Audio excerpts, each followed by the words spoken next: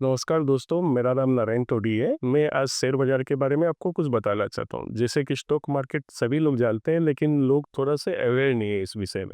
Basically क्या है कि ये बड़े से बड़े लोगों के लिए और छोटे से छोटे लोगों के लिए मल्टीपल बिजनेस है। जैसे आप समझिए, कोई इंडस्ट्रियलिस्ट है, उसको अगर कोई 1000 करोड़ की फैक्ट्री लगानी है, तो वो पैसे कैसे लेगा? वो जनरल पब्लिक को जोड़ने के लिए सेबी के पास जाएगा, अपना एप्लीकेशन बताएगा और वो 900 करोड़ का शेयर्स इशू करेगा। तो लोग बड़ा पैसे वाले हैं, वो उस तरह से स्टॉक मार्केट से जुड़ते हैं। और जो साधारण व्यक्ति है, मतलब मान लीजिए 0.001% का कोई पार्टनर बनता है, तो उस हिसाब से वो शेयर लेते हैं। तो बेसिकली ये मल्टीपल बिजनेस का एक बिजनेस है। जैसे क्या मैं आपको बता रहा हूँ, आप जैसे सपोज कीजिए कि चाय का व्यापार करते हो और कोई समय चाय का व्यापार नहीं चल रहा है, तो आप कॉफी का भी बिजनेस करना चाहते हो, लेकिन एक साथ तो बिजनेस आपको स्विच करना पॉसिबल नहीं है। But in stock market it is possible. आपका अगर चाय अच्छा नहीं चल रहा, तो आप कॉफी के शेयर ले सकते हो, और कुछ अच्छा नहीं चल रहा तो और कुछ ले सकते हो। तो बेसिकली ये इन्वेस्टमेंट आप इसमें करिए, पार्टनर बनिए कंपनियों के अच्छी।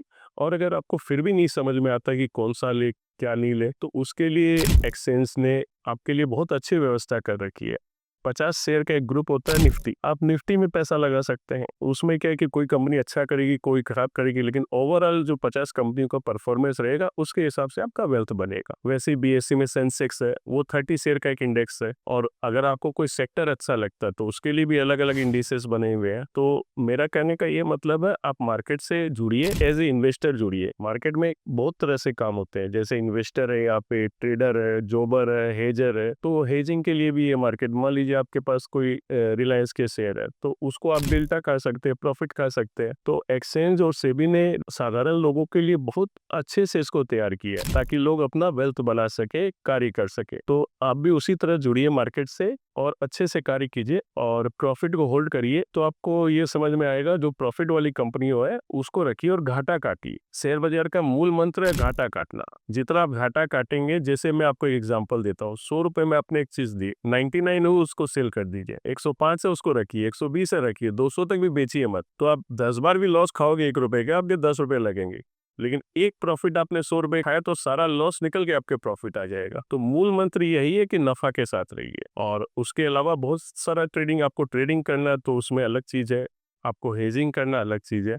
वो मैं आपको आगे की वीडियो में बताऊंगा। फिलहाल मेरा यही कहना है, इसको as a wealth, as a investor, और इसको गैम्बलिंग की तरह मत समझिए। इसको कैसे इससे अपने फ़ायदा उठा सकते हैं या व्यापार कर सकते हैं। और सारा व्यापार तो एक आदमी नहीं कर सकता है, क्योंकि अलग अलग व्यापार करना है। तो आप इसमें उस व्यापार के पार्टनर बन सकते हैं, कुछ परसेंट के वैसे जुड़ सकते हैं। सपोज कीजिए इंफ्रास्ट्रक्चर की लार्सन एंड टुब्रो है, आप तो उतनी बड़ी कंपनी नहीं खोल सकते, तो आप उसके कुछ शेयर खरीद सकते हैं। रिलायंस है, रिलायंस तो उतनी बड़ी कंपनी आपके लिए पॉसिबल नहीं है। जब पॉसिबल होगी तब आप खरीदिएगा, लेकिन तब तक आप उसके कुछ शेयर तो खरीद सकते हैं, कुछ परसेंटेज तो खरीद सकते हैं। तो वो काम आप कर सकते हैं। तो ये आपको बहुत शुक्रिया बोलना चाहिए एक्सचेंजेस का, सेबी का, जिन्होंने हम सभी के लिए अपॉर्चुनिटीज दी है कि हम अपना स्मॉल स्केल में भी ये काम कर सकते हैं और लार्ज स्केल में भी कर सकते हैं। धन्यवाद।